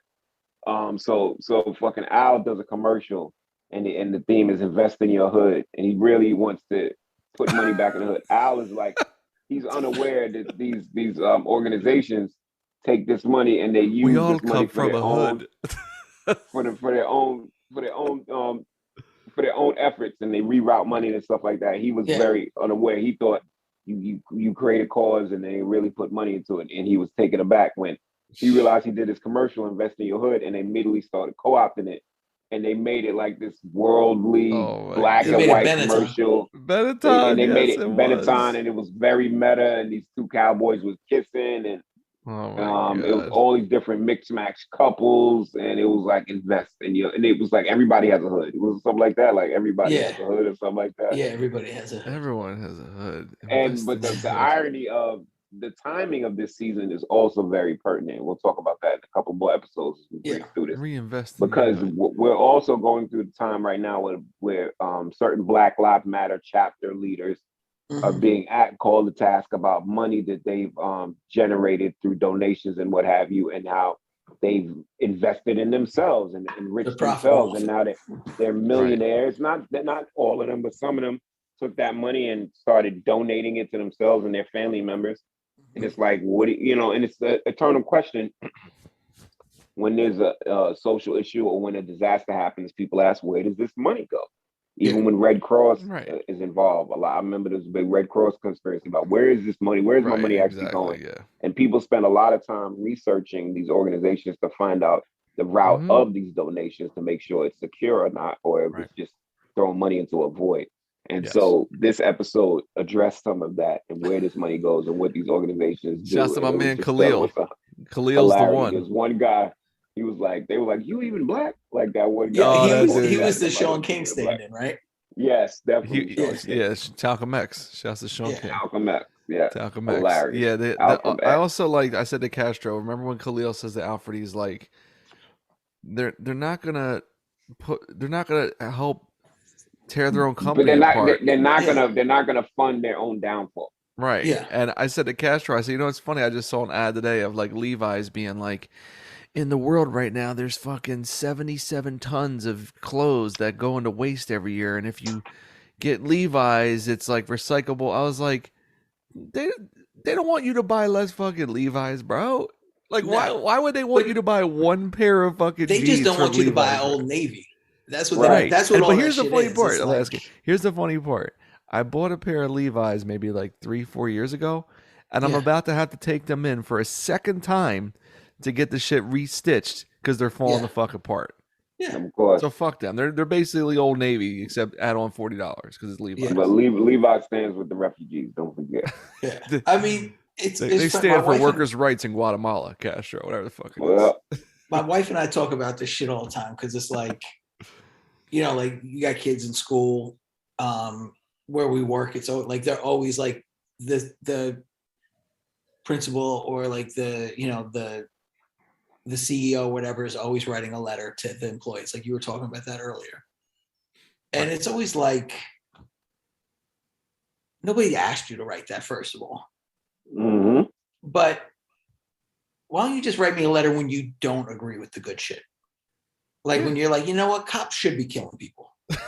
Write me a letter then. Maybe if you guys felt resistant arrest, you wouldn't get shot. Okay. Yeah. Send me those letters, because I'm going to assume like I'm working here. Like I'm going to assume good intention, or like, you know, I'm sending my kid to the school. I'm going to assume that you have similar. When it's not done on schedule and it's done when it's done in a theatrical way. It seems again, disingenuity. It can't be disingenuous. We're not gonna go for that. Who are these ads for as well, right? Right. Like, right. Nobody's asking Doritos. Like, who are the people that are like, I need to hear from Doritos? It's false. It's people that place power in the false idols. We ask entertainers, we ask actors what their political bend is. Yeah. We had a problem with Michael Jordan not taking a side, but that was a little more racial, and it seemed like everybody had to have an opinion on that, just like, you know, today.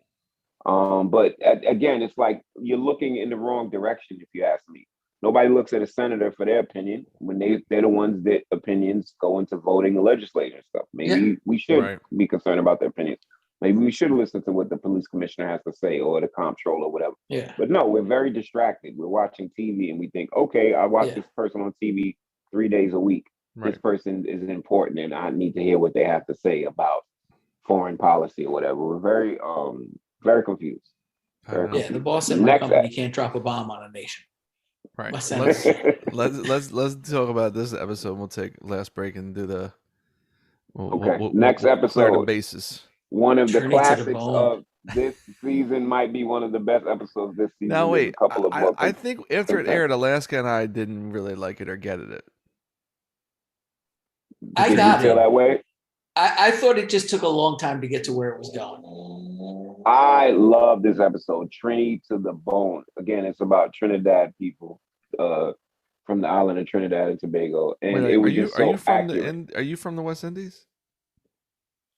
All right, fuck you. All right. No, I called you to be like, what is your experience with Trinidadian culture in New York after this aired? So go on. Right. So me personally, I never really got along with Trini. So me and my family have a history of not getting along with Trini. But you love Fife, dog. You gotta love Fife. Yeah, we used to call them Trickadadians. So nobody Trini take offense to it. But me and my mother personally have had instances with some Trini, and it wasn't too favorable. But the fact that this was so accurate, but again, this episode was about raise your children or somebody will. And this was also more nightmare fuel about this family. First of all, the episode starts with them being so surprised that their son is still sitting there. They're like, what are you still doing there? And doubled with the fact that they don't know how or what to feed their son at all. It's the morning time. They giving him Eggs Benedict or something like that, or some sandwich from the he wanted from the corner of Starbucks or whatever. The mango curry shit. Mango curry on it because this was bland, and so that's where we start with your parents feed you bland food, and your caregiver, babysitter, nanny is not there.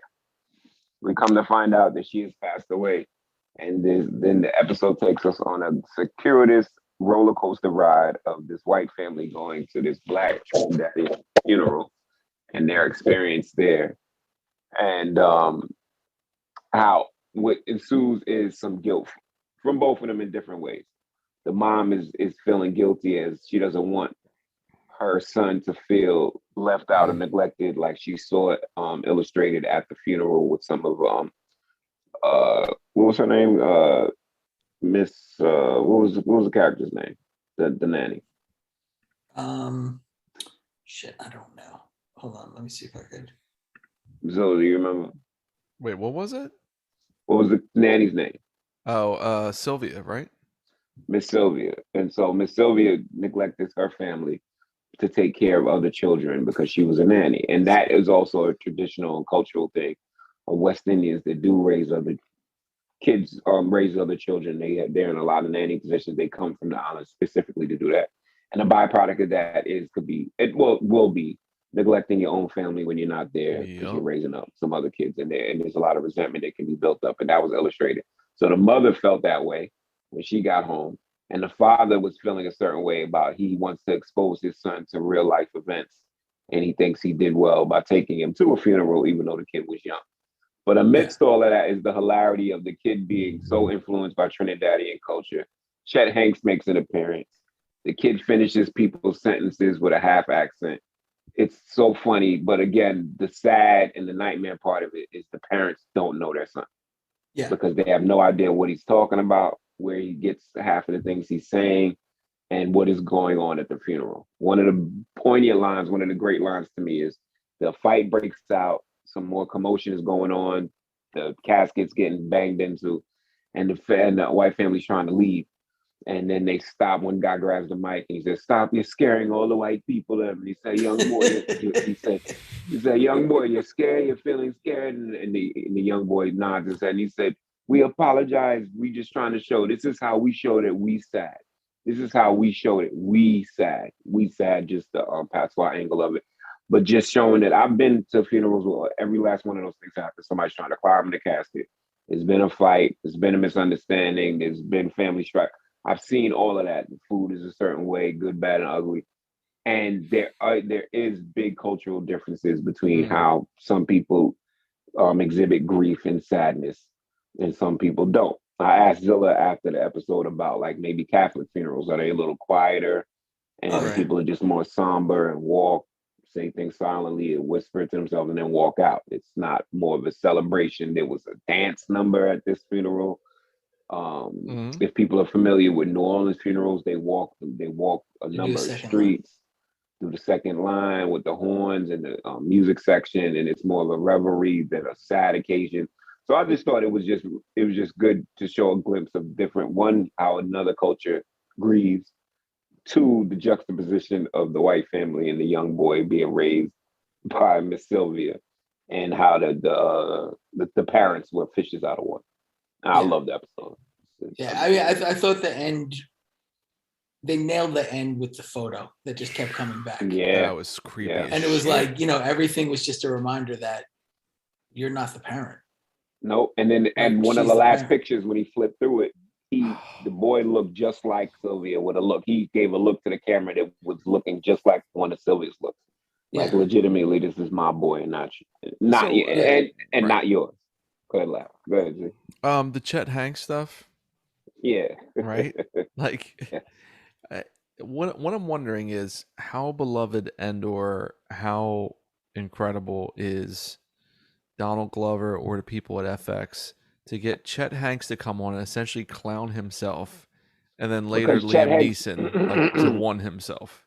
Chet Hanks was going through the controversy of Chet Hanks popped up at the Oscars one time. He was outside, his father was inside, and he did this gigantic fake ass patois accent. Yes. And blah, blah, blah, blah. And then at the end he said, "I just love Jamaican people," or whatever. And everybody was like, "What is going on? Like, what did he bust into that for?" Like, it just seemed out of the blue, and then turned viral, and it kept on. So the fact that, what I'm saying, Z, like the genius of casting him to make fun of himself in a episode about Trini culture, and the fact that he was from Tribeca, it's just genius because it's meta. It's double layered. It's past the fourth wall because he doesn't have to look at the camera to say, "Aha!" We all know, and we all know because it's American culture, because we know about Chet Hanks and his antics and his controversies recently. So you don't even have to have him look at the camera on some. "Aha! You get it? We get it." Yeah, we get it. And I bust out laughing when I saw him. There is also like a certain like brand of like well-off white hip hop head that uses like the fact that they had a black nanny as like a cachet in the black culture. Like, I understand black culture because I had a black nanny. Nice. The walking appropriator. Yeah. Sorry. So I think that was there too. I don't know. I know I've been talking to you guys about it, but have you watched Ziwi yet? Because Chet Hanks was on there. I watched clips. Yeah, he was on there wilding out. Yo, he's out of his mind. He starts doing impersonations, and he just busts into voices and Eminem impersonations. Is out of control. He's off his rocker. He might have been on speed. He might have been. There was something going on. Like he's off. Oof. And Z, what's good about it, Z, if you watch it, she'll walk you into your own. She gives you all the rope. She walks you into your own. She walks you into your own hanging yourself. You know, there's an episode where she had like they were talking about white savior complex. Oh, really? And she had the guests cast the story of Frederick Douglass using only white actors. And they were so uncomfortable. It was amazing. Shit. And she called them white X people. White X people. White X. Oh instead of Latinx white X. Instead of Latinx white X. All right, let's hit our last break, and then we'll get into the last 3 episodes. Bong. Cool. Power style. All right. Ziwi. What up, y'all's panels, man? East Hampton Polar Boys. When the catalog out now, man. We got CDs, merch, all that. Insubordinaterecords.com, man. Make sure you don't sleep on it, because before you know it, it's going to be all gone. So make sure you head over there, stream it, do all that. Long live Lord Jones, man. Win the catalog, album of the year. You know what it is. Peace. Hey yo, she caught me fly wool garments from overseas, Bolognese with extra palm, drown rotini, fresh panini, ground bill, chopped garlic and olives, get demolished, fly air of goddess, never modest, perfect sonics fill my palace, wires missing, acoustics hitting, needle bless the vinyl, been the champion. Let's take this season home. We got 3 episodes left. All right, the next episode, season 3, episode 8, New Jazz. This episode is also AKA part 2 of the Forest episode from season 2. He's cool. He's New Jazz. With these spirit walks that Al goes on and learns about my himself. Favorite episodes, bro. He's talking to characters, but he's really almost talking to himself. And these are really well written. Brian Tyree acts the hell out of these episodes. He really gets in his bag.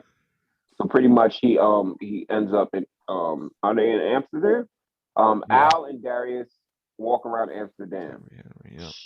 I can make a way better TV show than this. So more deriving talk in the episode description. So Al and Darius go on this journey where they take Peruvian space cake. Stereo Lab. Woo! I love Stereo Lab and start walking around Amsterdam. Yeah. Al and Darius get separated, and Al runs into this woman named Lorraine. For the record, she's a trans woman. I don't know if y'all know that. And she takes them on a journey of self-discovery and career questioning. And it's a very another meta episode because Al loses track of her. He catches up with her. There's like these weird things that go on. Like when y'all notice that the prostitute behind the red window takes a picture of him. Yes. You can't, it's against the law for you to take pictures of them out there. So there was something to that, her taking a picture of him being a celebrity, and you can't take pictures of them as you walk by and stuff. It's not allowed. Right. Really? So that was yeah. Like legitimately not allowed. So that's why that stood out. And it was all these instances, and then they end up at this bar called the Cancel Club. Where he bumps into Liam Neeson. Liam Neeson goes into his incident with wanting to hurt a black person. And the banging line that Liam Neeson says, Al says, well, it's good. You should, you don't dislike black people. I'm glad you're cool. He's like, no, I can't stand you fucking something like that. Yeah, you might let me. He says, the good thing about being white is you don't have to learn a lesson if you do not want to. There it is. Bang. Yes, you don't have to learn a lesson. You don't have to learn a lesson. And that's that right there. That line sums up the discomfort of white people the last 2 years who are either being exploited to learn a lesson by like Robin DiAngelo and all that shit, or doubling down and being like, fuck that. There's no fucking lesson. What the fuck you mean? Right. Like it's quite a pendulum to swing, you know what I mean? Versus like you guys all know when I was going through all the DEI trainings the last couple of years, some of them were fucking fantastic. I enjoyed them. They were really moving, and others were just pure fucking grifters who were just going to grift. And I remember saying in one of the calls, I was like, I'm like, it made me realize how many white people never saw like Higher Learning when it came out, never saw Poetic Justice when it came out, never saw fucking Don't Be a Menace, like just never interacted with any type of fucking black culture or black people until 2020, 2021 and being like, oh my God. And Liam Neeson saying that shit was like transcendent, dude. To say that shit right to his face and be like, white people ain't gotta learn no fucking lesson. What I always say to you, Castro, what do white people not like more than anything else? Being told what to do. White people don't like being told what to do. And so it was a great episode. We encourage everybody to watch it. And again, it's the second part of the Forrest episode, because what you come to find out is Lorraine is Al's mother's name. Yeah. And he was pretty much going on a spirit walk with his mother once again. And learning some things about himself, asking about who owns his masters, and being relieved when Ern finds him in a drug-induced coma state laying on the street, and he does reveal to him that you own your masters, which to us as musicians is very heartwarming, and there's a big relief when you know that you own your stuff. And your family's taking care of you, even though they're y'all make money together. Next episode. Well, one thing, it was a good redemption arc for Ern too, because Ern had always been a fuck up in the previous seasons. Oh, totally. Yeah, and he's doing so much better this season being a manager. Yep. Yes, it is. Yeah. You see Ern throughout this season on his dean, working hard. Yeah. He's on point, and that's bro. Pretty important. Yep. Next episode, Rich Wig or Poor Wig, our first black and white episode. And why? Because the main character is biracial and plays his white parts when he wants, and plays his black parts when he Aaron. Aaron. Yeah. Aaron. A.A. Ron. Oh my God. A.A. Ron. So pretty much, and there's another special time, and Kevin Samuels passed away recently, literally recently, and then he's the main character, one of the main characters in this episode. He pops up on this on Aaron, and George Wallace. The biracial star. George Wallace in this episode. The biracial star of this episode. He pops up on this school and says he's going to pay for everybody's tuition, and Aaron is having a particular problem with affording school. His black father is not paying for it, and his white friends, who he mainly hangs with and interacts with, are all on their way to school, going to leave him in the dust. So the savior comes in, Kevin Samuels' character, and acts like he's going to pay everybody's tuition. Aaron thinks all his prayers are answered until he finds out, if you're black, you'll pay your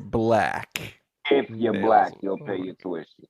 And what he does is he starts having auditions for people to prove their blackness in order to get this scholarship. One of the great scenes in this episode is all of the people close to or people of color acting like they're black, braiding their hair, doing dance moves outside of the audition space to try to get in and convince them. If you look in the corner, you miss it. But these two Asian kids are recreating the Stankonia album cover. Yep. In the corner, one has their shirt off and one's acting like Big Boy. It's hilarious. Great fucking episode. This episode was incredibly hilarious. I think it might have been my favorite of the one-off. Yes, this was my favorite one-off. This was definitely my favorite one-off. Yeah, I might have to agree. At the end, Aaron leans into his black side, shaves his head, and starts wearing single gold chains and keeps brushing his hair to get his waves up. Yeah, it's hilarious. It's very hard, and it's funny because it's hard to review and talk about because it's just so funny. We just want you to watch it. And the way it ended was like Thriller when he looks in the fucking camera. Yeah, it was like a 80s sitcom. Then it hits you like the yacht rock music and shit at the end, like some Zach Morris shit. Some Happy Days shit. Yeah, that was crazy. Sunday, Monday, happy days. Oh, but remember, when him and the black dude with the flamethrowers, like, who gets shot by police? Yeah. You know what I mean? Like, oh my God. Yeah. But then he survives. It goes back to the beginning of the episode too, where Aaron's like, the police will say freeze. And the cops shoot him and then say freeze. Yeah. He said it afterwards, And then remember Kevin Samuels walks up and is like, you get shot by police is the blackest thing you can do. And he gives him the scholarship. Yeah. Yeah. Because at first the Nigerian kid was not afforded a scholarship because being Nigerian is not being black in America. Yeah, he's like, I'm not black, right? You have a place of origin, you have a culture that you can call your own, and that's Right. not that's it's in essence not being black in America. Yeah. There's so many. It's so There's good. so many lines. It's so many layers to this episode. It is What hilarious. did I and say it to is you, Well, there's- Castro? geniusly Or well did I say written. Alaska? Sorry. There's also the layer of the idea that there's only one way to be black too. Like Yep. this 1000%. episode Yep. completely touched on that too, which is a big thing, and I think in a lot of like progressive circles, because it's like you see it too, like where there's a lot of conservative Latino people, right? And Yeah, when they vote conservative, there are progressive people that are calling them not really Latino, like taking away their Yeah. identity. Right. Yeah. Like there's a lot of that goes on as well. On the sort of more progressive side, where it's like low key racism, Mhm. or really high key racism disguised as cultural awareness. Of course. Yeah. yeah. And the weirdest thing too, I said to you, Castro, I was like, Aaron, Rod, he realized after it was all over and he's working at like the fucking Best Buy, like, some black chicks, he's been fucking macking all their hardest shit.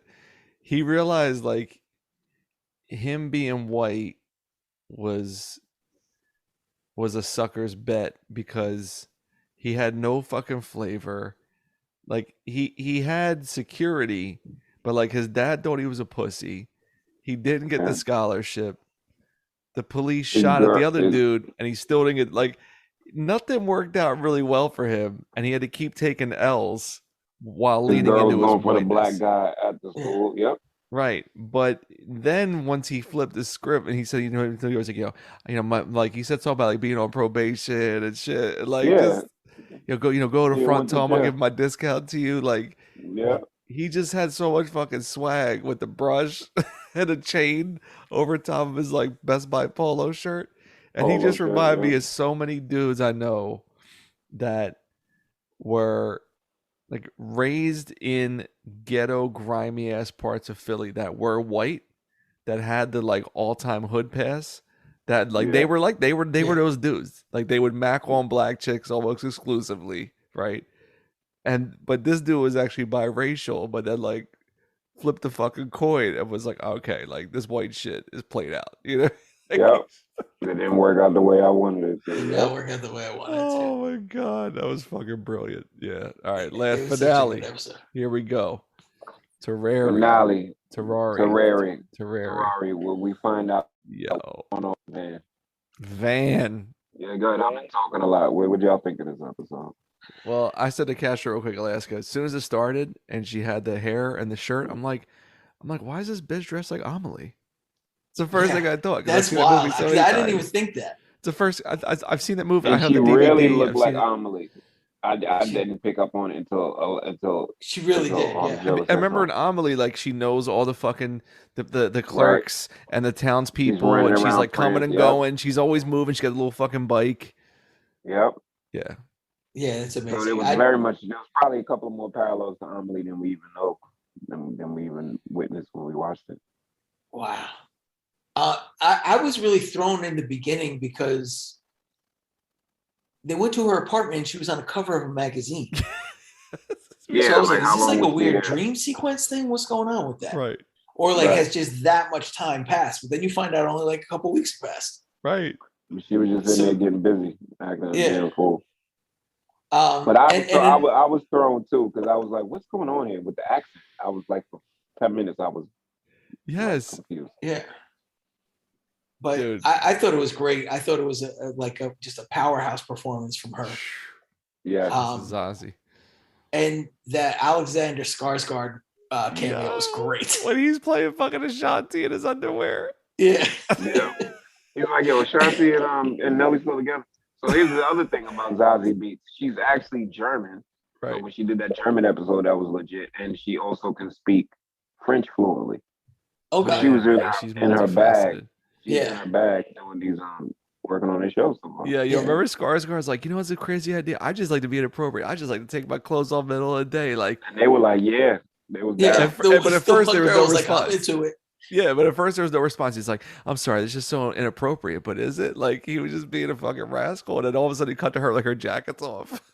Yeah, but he was down Yeah. in his fucking shoes. Oh my god, Those two were amazing. Like They were throughout the the best. episode, They were they great. like really Yeah. like Their little Yo. sidebars were crazy funny. The They were one the girl best was part of the like, episode. one girl's like, "Girl, just let her live her life. She ain't hurt nobody." Well, she's definitely hurt a lot of people today, but they look like they deserve They it. probably deserved it. She's The whole definitely thing hurt a lot of with, people. with the bread samurai sword, I wouldn't even ruin it for the listeners. Just understand bread and samurai sword. Just Well, I like, think if Yo. they listened to this far, they should have seen it. I Okay, legit fair did enough. think it was going to be a sword in there. Did you? I did. Yeah, I was like, you thought it was a sword. I didn't know what was going on. She was acting so strange. I thought that was part of the strange. when they roll up to the project, I'm like, this is like Top Boy, but like in Yeah. France. Like this is Yeah. some hood shit.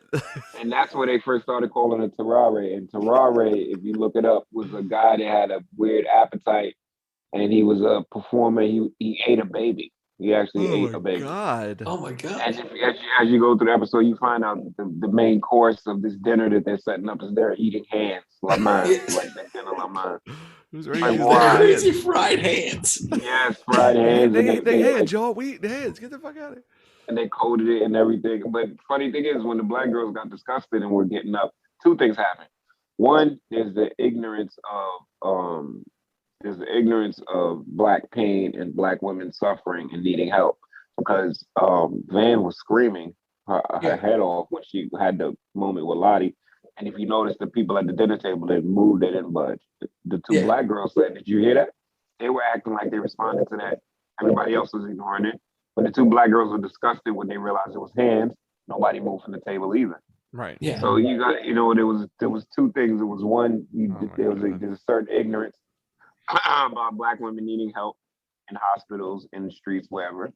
And there was also a certain ignorance about this trying to live in this opulent life by eating hands, but it's really disgusting. But you still want They were to like bread have and this shit. experience. There was like a prep bowl of like strange. white hands and black hands. Oh, It my looked like the God. hamburger helper glove. Yeah, and they fried. They prepped everything. And they put saffron on the shit and fried it. I was done. I was cracking up. Yeah. It was so funny. And the scene at the end with Van and I can't remember her friend's name. Candace. Candace. Yeah. Candace, like just sort of her facial acting, Oh, she was incredible. Oh, she was Was doing just great. Yeah, she was doing great. amazing. Yeah. and she was in the first season. I told Castro. Yep, she was. She Was was in she? the Oh, She was I don't homegirl remember that was that. like the fucking and bougie. the Drake episode, and she left with the DJ. She came up. Right. She came She's with the super DJ. bougie. She was dating him, and then she left before the DJ even came. And he's the one that got them in there. She was all Yeah. bougie out. Yeah. Yeah. And she was in this episode. She was there to piss on the guy. That's the other little Yep. subplot. Yeah. Oh And, my God. And then Yeah, yo, and I said to Castro, the part where the big girl is standing over top of dude, where she's like, "Can we just get this over? I've been drinking a ton of water," and she's just pissing on him, and she's just staring at the Eiffel Tower, and the music sounded like Sleepless in Seattle or like some Billy Crystal shit. Like it sounded Yeah. like a '90s rom-com. Like the part when they meet and it's like Louis Armstrong and the fucking Yeah. violins, It's and a she's just wonderful world. she's just Shit. staring out, having a moment, like looking at the Eiffel Tower, pissed off. He's like, "Oh fuck!" Like he's just getting pissed in his mouth. Because she kept pissing, he kept going, and she slowed down, and she kept going. He's like, "Stop, stop!" Like he was like, "Oh drowning. fuck!" Like he's trying. But again, this whole season shows the mastery, like Alaska was talking about earlier, the mastery that they know what they're doing, and they set out on their mission to express themselves in these stories, and they execute it. Like that's the Yes. execution. Like you know what I is realized about this excellent. season too, after watching the first two and then this, it's like even like the new jazz episode with like we're wearing the goofy hats, right? Yeah. Or even this one with like playing Ashanti and then the baguette, all that. Like the writer, I'm not sure how many actual writers are on the show, right? But it's obviously funneled through Donald Glover and potentially his brother. It's them being like every weird unconscious thought and feeling and memory and nightmare and specific childhood memory I have, I'm gonna put it into this motherfucker. You know what I mean? But like in a very specific place to where they never explain the goofy hat. You know what I mean? But like, but when you were a kid and you would see the commercials for fucking Disney World, people had the fucking goofy Had hat the on. goofy If you hats. went like that was Yeah. such a mainstay of like 80s, 90s Disney World, right? Yeah. And it's yeah. like it on our end when making records, it's like when you're in album mode, right? And we talked about this before. You're like funneling all your experiences, old songs, new songs, an artist that you like, oh, that would be dope if they were on this song, or like, oh, there's a new guy I found. Maybe I can like you're funneling everything just into that work.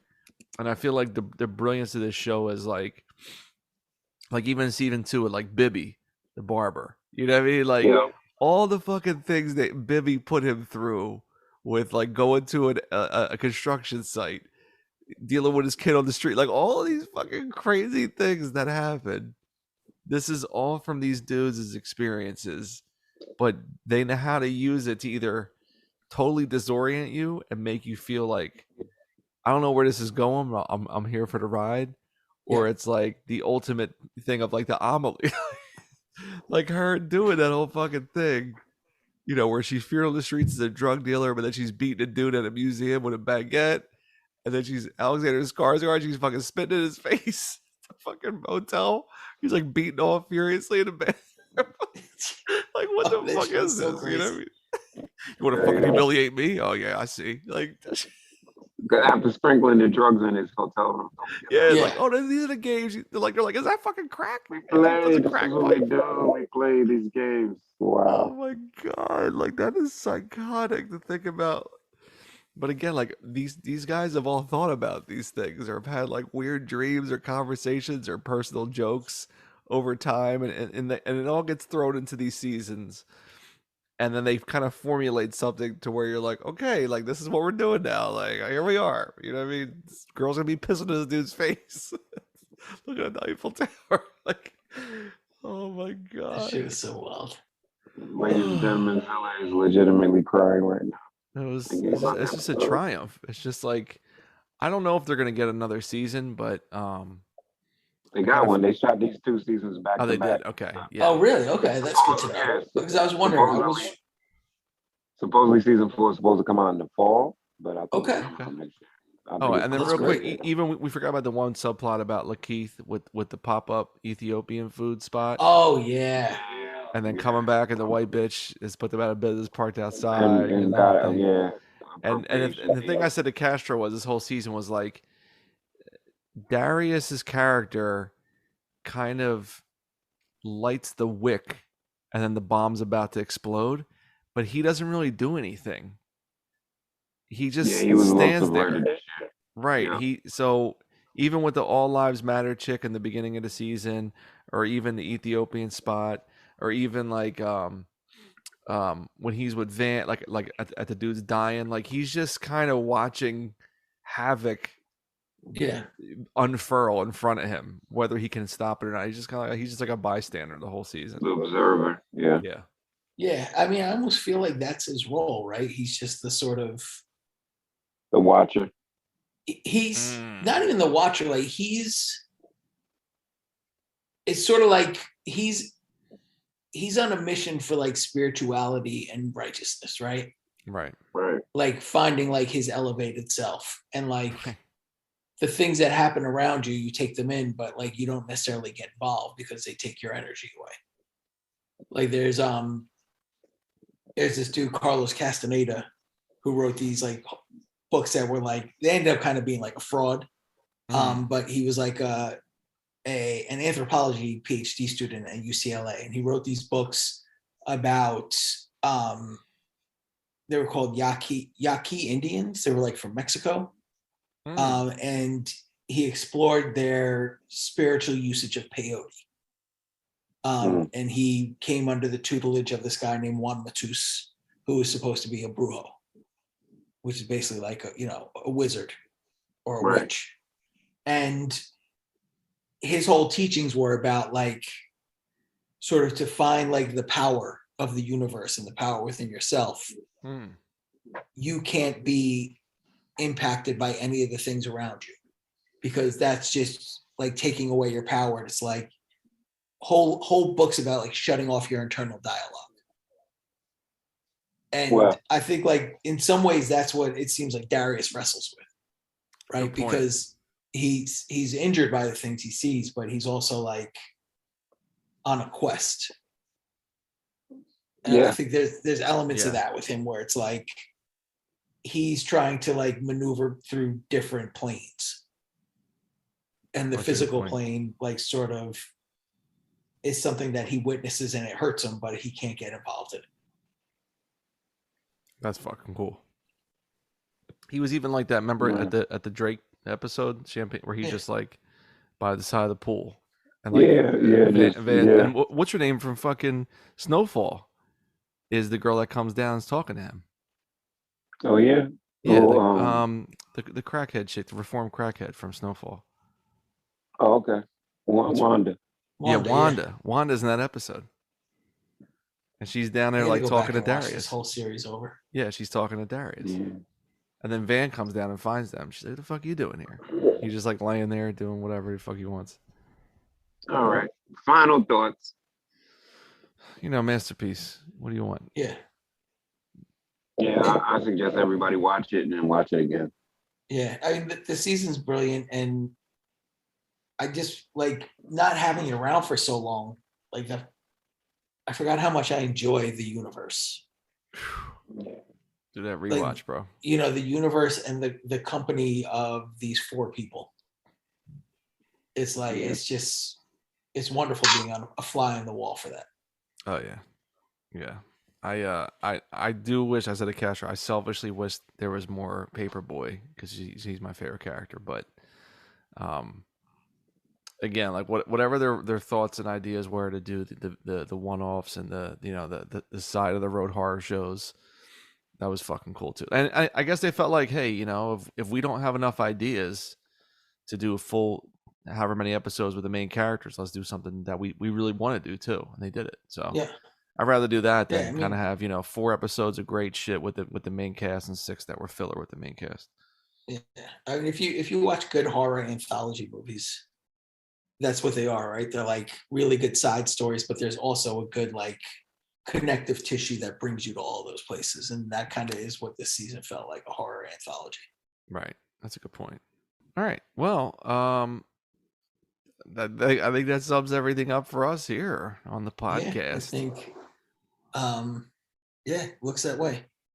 Party on, dudes. So let's do it. I don't have anything to promote at the moment. Some major albums are in the final stages of being mixed and mastered, artwork and merchandise being evaluated. So we'll have some more awesome news. We got to start setting up the summer curriculum of all the ideas we have for summer shows. Yeah, and series is. Yeah, actually, I met with Gang today to talk about the one that I told you guys about. Correct. So we got some good guests lined up for it. Yeah, buddy. So we'll do that, and then that's it. Fuck with us on the Patreon, the Twitter, the IG, YouTube, fucking. Oh, the Kevin Samuels TikTok shit. That's where I'm more familiar with him. Even in his demise, his TikTok is fucking popping. So shouts to Kevin Samuels, rest in peace. And it's quite a rabbit hole to get pulled into. It is pretty wild. So shouts to him making it to the season. Apparently Steve Harvey was going to take the role, and it fell through. So they gave it to Kevin Samuels. I feel like that's for the better. Yeah, that's right, fucking crazy. Yeah, it would have been like too much like, oh, that's Steve Harvey. Yeah, you're right. Yeah, that's pretty good one. So I think that's all we have here for Curly Castro. I'm Zilla. That's Alaska from Adam's Fam. And we are Call Out Culture. Catch us next time at the same culty time. Cultos. Cultaholics. Cultaholics. Peace out. Peace, y'all.